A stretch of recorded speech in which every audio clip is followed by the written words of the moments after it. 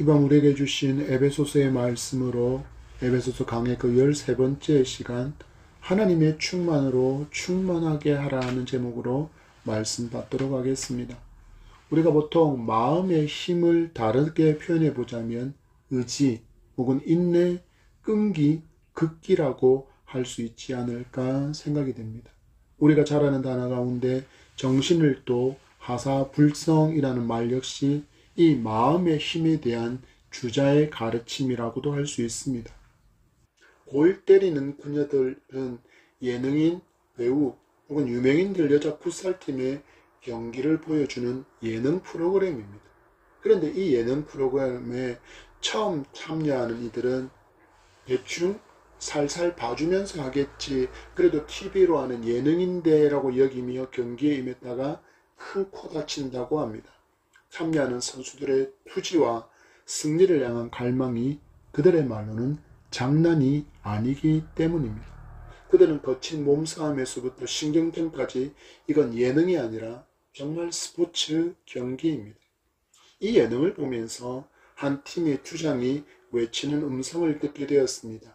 정신은 육체를 지배한다. 육체적으로 지치고 한계를 마주했더라도 정신력으로 버티고 끝까지 최선을 다하자라는 기합 소리로 들렸습니다. 설교를 시작하면서 마음의 힘을 말씀드리는 이유는 분명히 예전에 비해서 사람들의 마음의 힘이 너무나도 약해지지 않았나라는 것을 강조하기 위함입니다. 예전에는 충분히 참을 수 있었던 것을 이제는 참지 못합니다. 폭력이든 성적인 것이든 참지 않습니다. 쳐다보는 게 기분 나쁘다고 폭력을 행사합니다. 내 기분이 나쁘면 나보다 약한 사람은 화풀이의 대상이 됩니다. 비싼 차 타고 다니는 게 너무 꼴보기 싫다며 주차된 차량을 수십 대 파손한 아주머니가 있습니다. 60대 아파트 경비원을 자기가 배운 격투기의 실기 대상으로 삼고 폭행한 중학생이 있습니다. 길 가던 가정주부를 성폭행하고 그것을 동영상 촬영해서 협박한 중학생도 있습니다. 폐지 줍던 할머니를 이유 없이 폭행한 학생도 있습니다. 사랑이 식어버리고 마음을 다스리던 그 힘의 고삐가 제대로 풀려버린 시대입니다. 이런 시대의 성도는 한 가지 더 마음을 다스려야 할 영역이 있습니다. 바로 믿음입니다. 세상 사람들은 고민하지도 않아야 되는 믿음의 영역까지 성도는 고민해야 합니다. 그래서 믿음의 삶은 더 마음에 큰 힘이 필요합니다. 절제가 필요합니다. 인내와 끈기가 필요합니다. 그런데 문제가 있습니다. 우리가 너무나도 약한 존재라는 것입니다.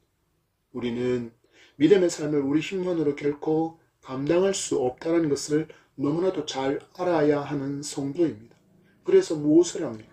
그래서 항상 깨어서 하나님의 도움을 구하는 기도로 나아갈 수밖에 없는 것입니다. 바울은 말합니다. 내게 능력 주시는 자 안에서 내가 모든 것을 할 수 있다라는 그 바울의 고백처럼 우리는 겸손히 나의 연약함을 고백하고 하나님의 은혜와 하나님의 능력을 구하는 것이 참으로 우리가 살아갈 힘과 능력을 얻는 길이며 또한 지혜임을 말씀을 통해서 알게 되었기에 성도는 무릎으로 하나님의 은혜와 능력을 구하는 사람이어야 하는 것입니다.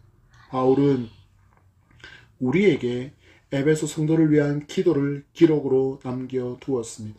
우리는 지난주에 이어서 바울의 기도를 통해서 믿음의 길을 가는 성도, 인생의 험난한 여정을 가는 성도가 어떻게 인내하고 또한 끈기 있게 믿음을 지키며 살아갈 수 있는지를 배우고 소망을 얻는 풍성한 은혜의 시간이 되기를 축복합니다.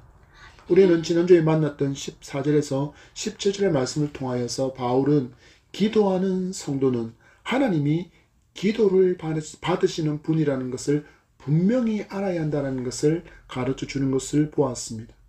무릎을 꿇는 간절한 기도와 소망의 마음이 기도자에게, 기도하는 사람에게 필요하다라는 가르침도 배웠습니다. 그리고 기도는 우리의 힘만이 아니라 성령의 능력을 더입어야 할 수 있다라는 가르침도 있었고, 이로 인해서 우리의 속사람이 강건해지는 믿음의 풍성함은 오직 그리스도 안에 거함으로 말미암아 얻을 수 있고, 그로 인해서 우리는 사랑의 성도로 깊은 믿음의 뿌리를 내림으로 굳건한 믿음의 사람으로 세워지기를 원한다라는 그 기도의 내용을 우리는 지난주 보았습니다. 오늘 받은 본문을 통해서 이어지는 바울의 기도 가운데 우리는 기도를 또한 배우고 신앙을 배우고 소망을 얻는 풍성한 은혜가 있기를 축복합니다. 18절의 말씀입니다. 시작. 능히 모든 성도와 함께 지식에 넘치는 그리스도의 사랑을 알고. 아멘. 바울이 에베소 성도를 위한 기도에서 강조하고 있는 것이 있다면 바로 하나님께서 베푸신 사랑, 그리스도를 통하여 표현된 그 사랑을 알아야 한다라는 것입니다. 예수님은 계명을 두 가지로 추각해 주셨는데 그 하나가 바로 하나님 사랑이고 다른 하나는 이웃 사랑입니다. 하나님께서 인류에게 베풀어 주신 사랑, 그 사랑의 증거로 우리에게 임하신 예수 그리스도, 이 사랑을 할 때 성도는 놀라운 은혜를 깨닫고 누리며 감사할 수 있는 삶, 나아가 그 사랑을 알지 못해서 신음하는 사람들인 이웃에게, 이것을 알고 있는 이웃인 우리 다른 성도에게 주님께로부터 받은 그 받은 사랑을 베푸는 것이 너무나도 당연하다라는 것을 바울은 말씀을 통해서 우리에게 알려주고 있습니다. 이 놀라운 하나님의 사랑으로 인해서 원수였던 우리가 하나님과 화목하게 되었고, 또한 그 사랑을 실천하는 성도는 이전에 원수였던 이방인과도 연합하는 사랑의 공동체가 되었음을 분명히 알아야 한다라고 바울은 강조하고 있습니다. 바울은 본절에서 여기서 지식에 넘치는 이라고 표현한 지식은 성경을 아는 지식 혹은 세상의 학문적인 지식을 의미하지 않습니다. 이것은 당시 기독교를 공격하고 있었던, 그리고 진리를 흔들려고 했던 영지주의자의 특별한 지식을 의미하는 것입니다. 영지주의자들은 지식을 통해서 하나님의 모든 것을 알 수 있다라고 가르쳐 왔습니다. 바울은 본문을 통해서 이 영지주의자들의 가르침이 얼마나 거짓되고 얼마나 어리석은 가르침일 수밖에 없다라는 것을 강조하고 있는 것입니다. 그리스도의 사랑은 지식으로 이해되지 않는, 지식을 뛰어넘는 영역이기 때문입니다. 여러분, 성도가 조심해야 할 영역도 이와 같습니다. 성경을 아는 지식이 곧 나의 믿음인 것처럼 오해하지 않아야 한다라는 것입니다. 가끔 유명인들의 신앙 고백을 보면, 그들의 신앙 간증을 보면 성경을 식독하고 나서 이런 은혜를 알게 되었다라고 강조하는 경우들을 보게 되는데, 그들의 간증을 듣는 가운데 굉장히 위험하다라고 느끼는 부분들이 참 많았습니다. 시간상 그것을 구체적으로 다 말씀드리지는 못하지만 우리는 분명히 기억해야 합니다. 성경을 많이 읽는다고 그래서 우리의 믿음이 커지지 않는다라는 것을 여러분들은 분명히 알아야 합니다. 왜입니까? 믿음은 아는 것을 넘어서 내가 몸으로 직접 체험되어지는 체득의 영역이기 때문입니다. 믿음으로 하나님의 말씀을 신뢰하며 살아보니 말씀에 살아있음을 경험해야 한다라는 것입니다. 여러분, 예를 들어서 내가 하나님의 말씀을 많이 읽었습니다라고 그 가운데 내가 원수를 사랑하라는 말씀 앞에 섰습니다. 그러면 많이 읽은 사람은 어떻게 해야 합니까? 그 말씀에 순종해야 합니다. 그런데 많이 읽으면 많이 읽을수록 사람은 깨닫게 되어야 되는 영역이 있습니다. 바로 내가 할 수 없다라는 것입니다. 내 힘으로 원수를 사랑할 수 없다라는 것입니다. 그래서 내 힘으로는 할 수 없지만 원수인 나를 먼저 사랑해 주신 주님의 그 말씀이니 내게 사랑할 힘을 주소서 기도하면서 그 사람을 미워하고 원수처럼 됐던 지난날에 대해서 용서를 구하고 사랑하여 화목하는 사랑을 실천할 때 우리는 이제 원수도 사랑할 수 있는 믿음의 사람으로 성장한 기쁨을 경험할 수 있기 때문입니다. 믿음은 살아내어야 한다라는 것입니다. 믿음은 아는 것을 뛰어넘어서 내 몸으로 직접 체득되어야 하는 영역이라는 것을 분명히 기억해야 합니다. 그때 우리는 원수를 사랑하는 말씀까지도 순종할 수 있다는 것을 여러분들은 분명히 기억하셔야 합니다. 여러분, 이스라엘 백성들을 보십시오. 그들은 하나님의 말씀을 먼저 받은 사람입니다. 하나님의 백성으로 선택받았다 해서 그들을 선민이라고 부르지 않습니까? 말씀을 먼저 받은 민족입니다. 온 지구상에 거하는 모든 열방의 족속들 가운데 제일 먼저 하나님의 말씀을 받은 사람들이 이스라엘 백성입니다. 그러나 그들은 하나님을 바로 알지 못했습니다. 그러니 그들은 하나님의 뜻도 알지 못했고 하나님의 마음도 제대로 이해하지 못했습니다. 그래서 그들은 어떤 오해를 합니까? 구원은 오직 이스라엘 백성만의 전유물이라고 여겼습니다. 그리고 하나님까지도 심지어 이스라엘만의 하나님이라고 오해하며 살았습니다. 그러니 그들은 어떻게 합니까? 이방인을 개처럼 여기며 원수처럼 대했던 것입니다. 그들은 말씀에 대한 지식은 있었지만 지식이 그들의 믿음이 되지는 못했다라는 것입니다. 성도는 이 하나님의 사랑을 알고 사랑을 실천하는 사람이어야 합니다. 그래야 나에게 베푸신 그 하나님의 사랑의 1억만 분의 1 정도로도 깨닫고 경험하며 그것을 깨닫는 순간 우리는 하나님께서 베푸신 그 사랑의 크고 놀라움을 알 수 있기 때문입니다. 이렇게 되어지면 우리가 사랑하지 못할 사람은 이제 존재하지 않습니다.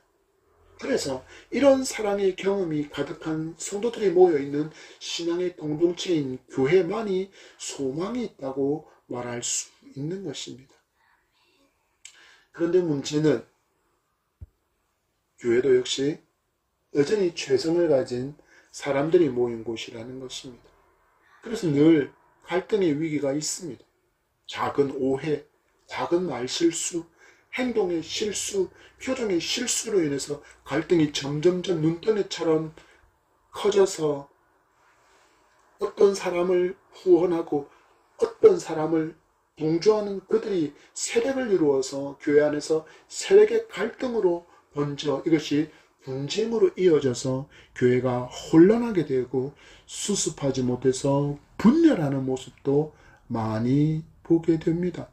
여러분, 금방 말씀드린 이 분열의 상황에 주신 오늘 본문의 말씀을 비추어 보십시오.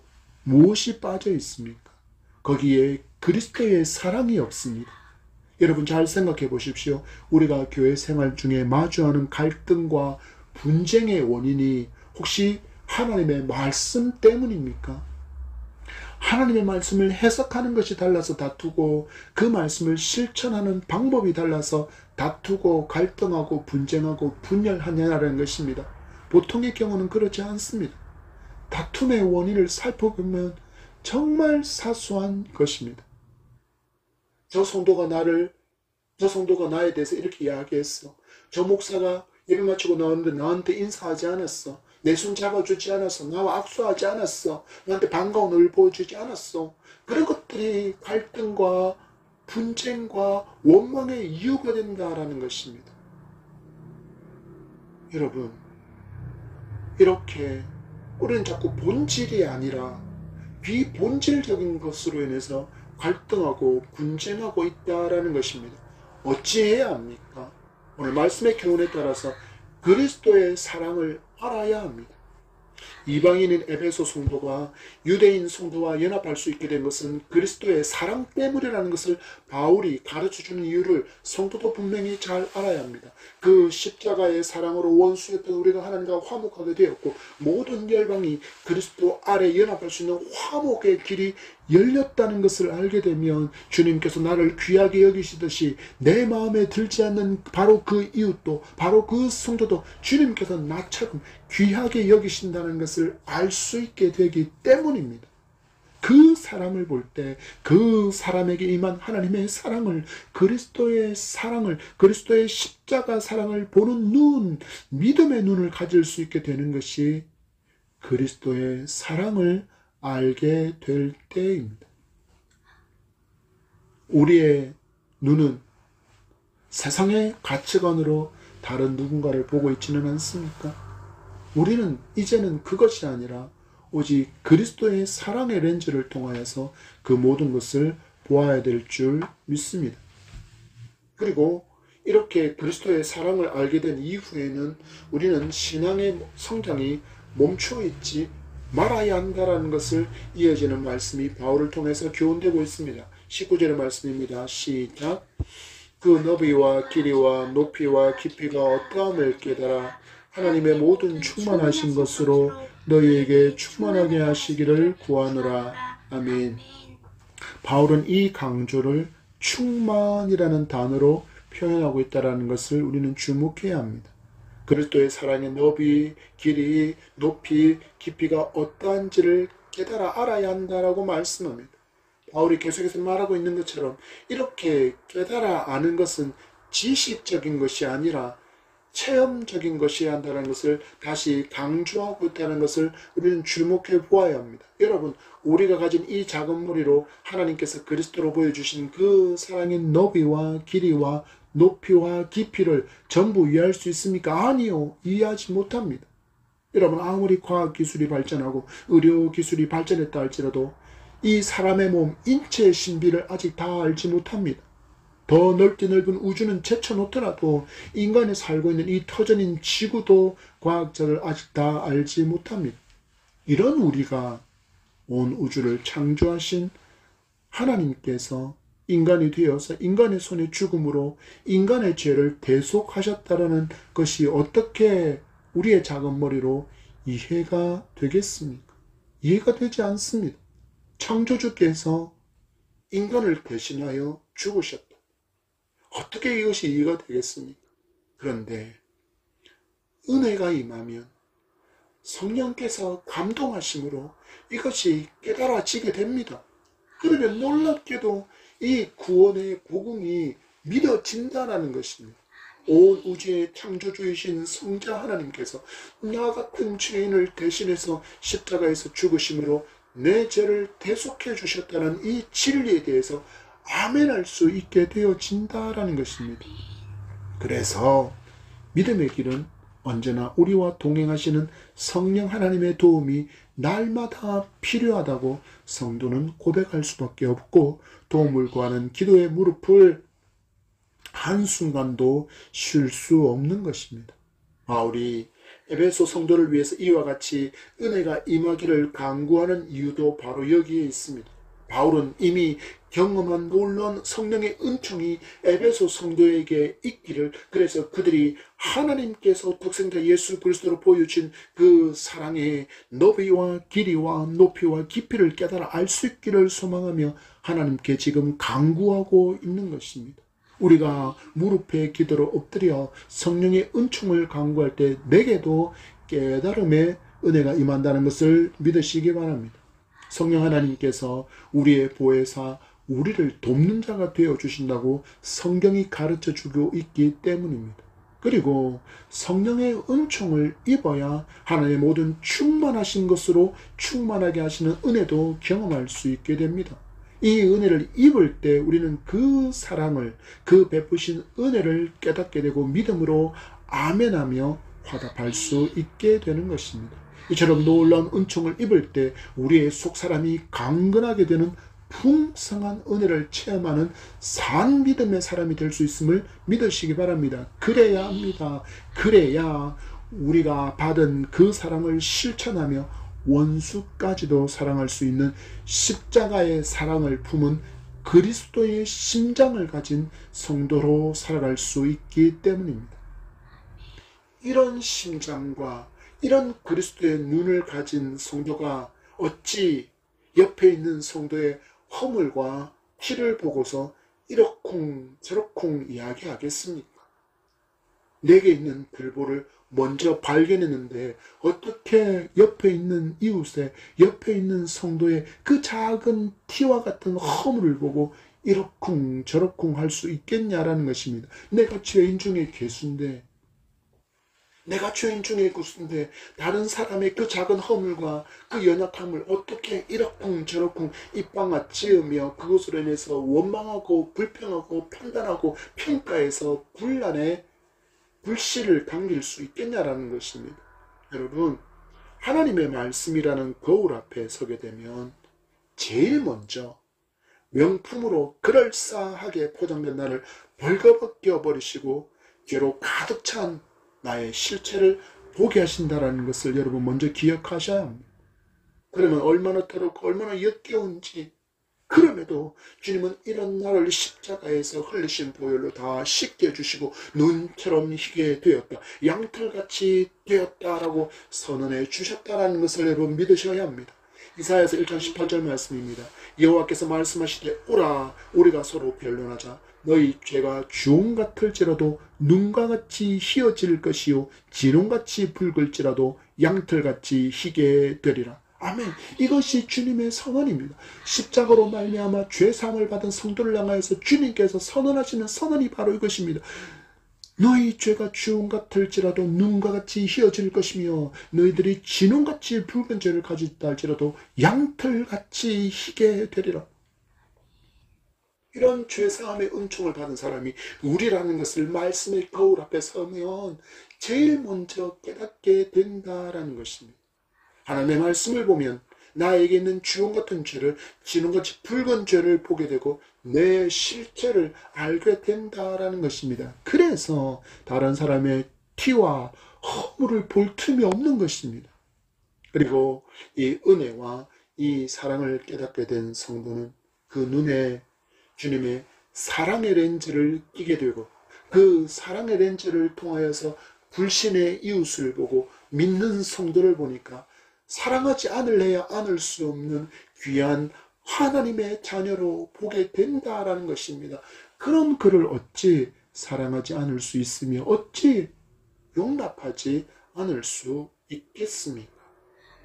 여러분, 이런 사랑의 공동체의 분란과 분열은 허용되지 않습니다.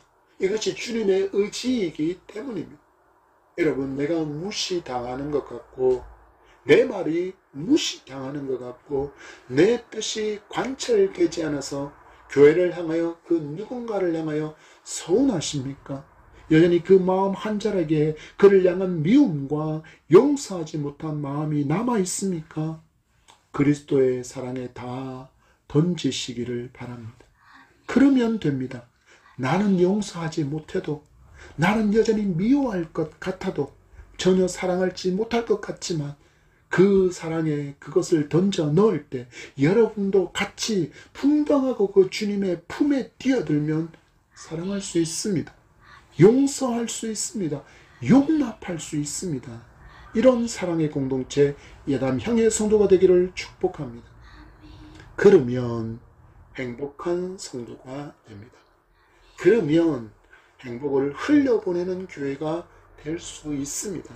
그때 이 땅에 교회가 회복되는 놀라운 복음과 생명의 역사를 우리가 보게 될 줄 믿습니다. 이것이 교회인 성도를 향하신 하나님의 기대이며 하나님의 꿈이기 때문입니다.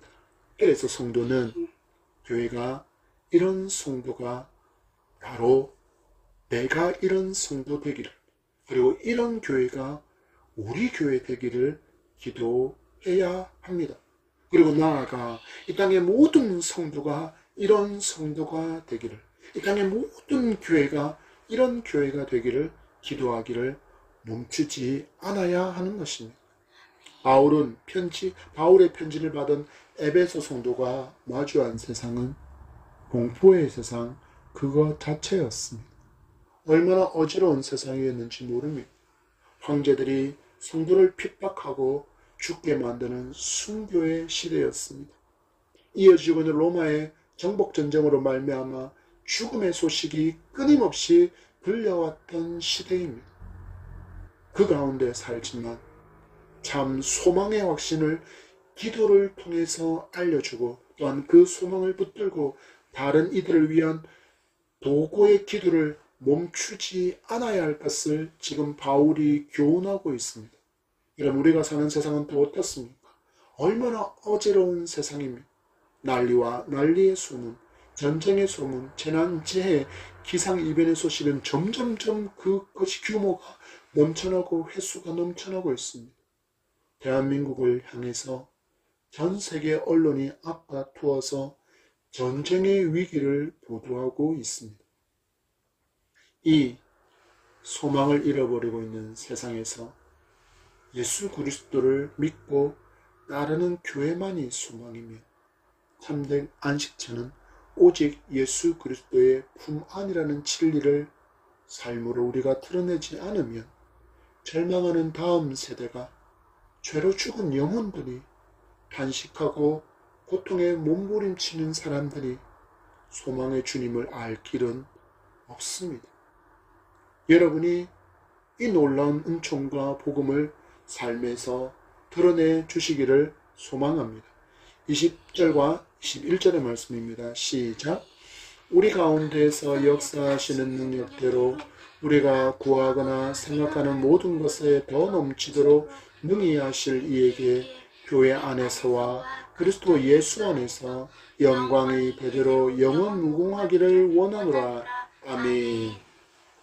바울이 에베소 성도를 위한 기도를 3장 14절에서 시작하면서 그가 고백한 하나님은 하늘과 땅에 있는 각 족속에게 이름을 주신 하나님이라는 고백이었습니다. 곧 모든 족속의 주인이 바로 하나님이시고 하나님께 기도했던 그 바울이 기도의 끝자락에 와서 하나님이 어떤 분인지를 고백하는 기도가 이어지고 있는 것을 볼 수 있습니다. 이 기도 가운데 바울은 하나님을 향하여 어떤 고백을 하고 있는가? 첫 번째로 우리 가운데서 역사하시는 하나님이라고 고백하고 있습니다. 우리 가운데서 역사하시는 하나님. 하나님은 성경 안에 갇혀 계시거나 혹은 하늘 보좌에 앉아서 팔짱만 끼고 계시며 사람들을 향하여 온 우주를 향하여 수수방관하시는 하나님이 전혀 아니라는 고백을 바울이 하고 있는 것입니다.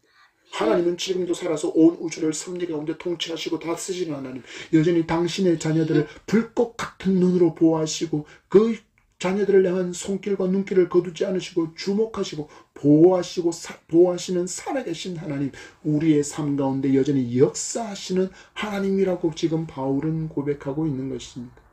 혹시 여러분이 하는 기도가 아직 응답되지 않아서 하나님께서 여러분의 기도를 외면하거나 여러분의 기도에 하나님께서 귀 닫고 계시다고 여기지 마시기 바랍니다. 아닙니다. 하나님은 지금도 역사하시는 하나님이심을 믿고 인내하는 여러분 되기를 소망합니다. 바울은 두 번째로 하나님은 능력의 하나님이시다라고 고백합니다. 우리 가운데 역사하시는 능력대로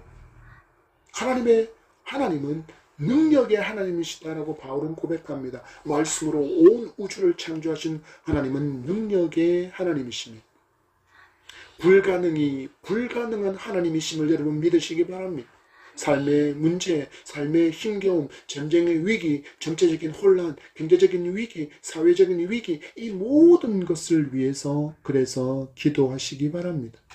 그 하나님의 가능을, 그 하나님의 능력을 경험하게 될 줄 믿습니다. 여러분, 밖에 한가운데 살던 초대교회 성도들은 이 하나님의 전능하심을 신뢰하며 기도를 멈추지 않았고 결국 기독교를 박해하고 성도들을 박해하던 로마가 기독교 국가가 되었습니다. 바다를 가르시고 마른 땅을 건너게 하신 하나님, 강을 멈추어 붙드시고 마른 땅을 건너게 하신 하나님, 매일매일 만나로 먹이신 하나님은 지금도 그 능력 그대로 우리에게 역사하시는 전능의 하나님이심을 믿고 기도를 멈추지 않는 여러분이기를 소망합니다. 바울은 세 번째로 하나님을 이렇게 고백하고 있습니다. 우리의 간구와 생각하는 모든 것을 이미 다 아시는 하나님. 바울은 고백합니다. 우리의 간구와 우리의 구하거나 생각하는 모든 것에 하나님이 아신다라는 것입니다. 우리의 간구와 우리의 생각하는 것까지도 이미 하나님은 다 알고 계시다라고 말씀합니다. 이것이 우리에게 무엇을 위로합니까? 사무엘상 16장 7절입니다. 여호와께서 사무엘에게 이르시되 그의 용모와 키를 보지 말라. 내가 이미 그를 버렸노라. 내가 보는 것은 사람과 같지 아니하니 사람은 외모를 보거니가 나 여호와는 중심을 보느니라 하시더라. 우리의 중심을 아시는 하나님. 마가복음 2장 8절 이렇게 말씀합니다. 그들이 속으로 이렇게 생각하는 줄을 예수께서 곧 중심에 아시고 이르시되 어찌하여 이것을 마음에 생각하느냐. 속으로 생각하는 줄을 예수께서 중심에 아시고 이미 그 마음을 아시는 하나님. 우리의 모든 마음과 생각, 우리의 삶의 모든 필요를 이미 다 아시는 하나님이시지만 그 하나님은 당신께 우리가 기도하기를 원하신다고 성경은 말씀하고 있습니다. 요한복음 16장 24절 말씀에 지금까지는 너희가 내 이름으로 아무것도 구하지 아니하였으나 구하라 그리하면 받으리니 너희 기쁨이 충만하리라. 아멘. 기도는 결국 여러분 하나님만이 나의 전부이심을 고백하는 것입니다. 내 기도를 들으시고 응답하시는 하나님, 내 삶의 모든 필요를 다 하시는 하나님이심을 믿고 고백할 때 우리는 응답받는 기도를 하게 될 줄 믿으시기 바랍니다. 네 번째로 바울은 하나님은 더 넘치도록 부어주시는 하나님이다 라고 고백하고 있습니다. 말씀을 보십시오. 우리가 구하거나 생각하는 모든 것에 어떻게 해요? 더 넘치도록 능히 하실 이에게 하나님은 넘치도록 부어주시는 하나님이시다라고 바울은 고백합니다. 시편 기자들 노래합니다. 시편 65편 9절 말씀에 땅을 돌보사 물을 대어 심히 윤택하게 하시며 하나님의 강에 물이 가득하게 하시고 이같이 땅을 예비하신 후에 그들에게 곡식을 주시나이다. 넘치도록 모든 것이 윤택하게 하시는 하나님, 심히 윤택하게 하시는 하나님이라 말씀합니다. 누가복음 6장 38절 말씀은 주라 그리하면 너에게 줄 것이니 곧 후히 되어 누르고 흔들어 넘치도록 하여 너희에게 안겨주리라. 너희에게 줄 것이니 곧 후히 되어 누르고 흔들어 넘치도록 하여 너희에게 턱 하고 안겨주시는 하나님이다 라고 말씀합니다. 우리에게 더 넘치도록 부어주시기를 원하시는 하나님이라는 것을 여러분 믿으시기 바랍니다. 그러면 우리는 마주한 현실을 운명이라고 여기지 않습니다. 많은 사람이 생각합니다. 지금 내가 이 모습, 이 모양이니까 나의 미래도 이 모양, 이 꼴일 거야 라고 탄식하는 사람이 너무 많습니다. 내 운명은 변하지 않아. 나는 이런 운명으로 살다가 죽을 거야 라고 여기는 사람이 너무나도 많다는 것입니다. 그런 믿음 없는 말과 그런 믿음 없는 생각들을 이제 멈추시기 바랍니다. 하나님 뭐라고 말씀합니까? 넘치도록 부어주시는 하나님이라는 것을 믿으시기 바랍니다.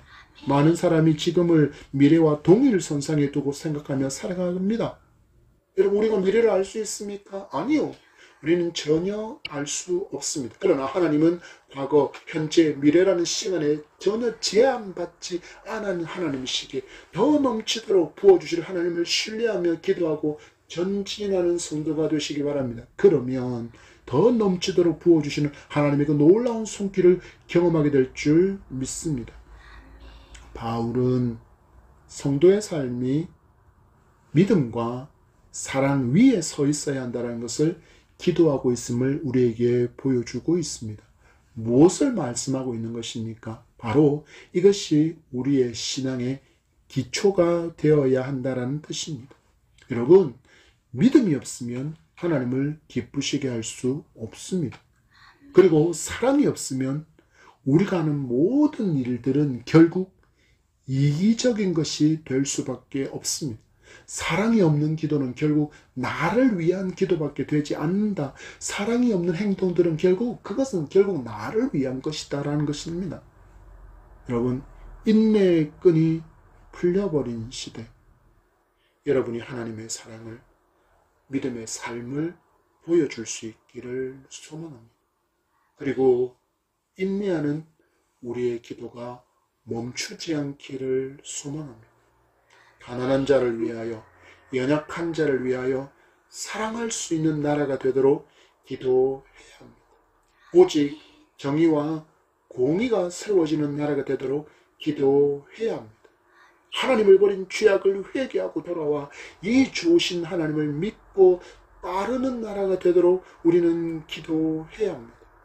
여러분, 비록 우리는 지금 믿음이 도전받는 시대에 살고 있지만 우리는 살아계신 하나님, 전능의 하나님, 모든 것을 아시는 하나님, 더 넘치도록 부어주시기를 원하시는 하나님을 믿는 성도이기에 담대하게 이 믿음으로 오늘을 성도답게 살아갈 수 있게 되기를 소망합니다.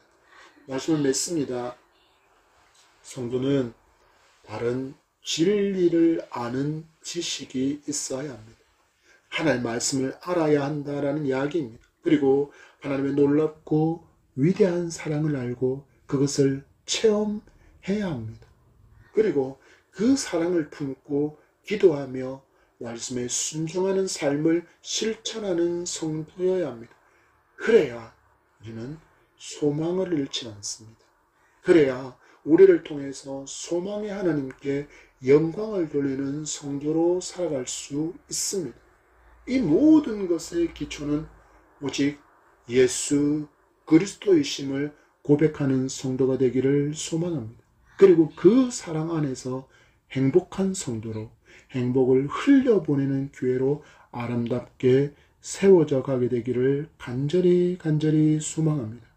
하나님의 충만으로 충만한 여러분의 남은 믿음의 여정이 되기를 축복합니다.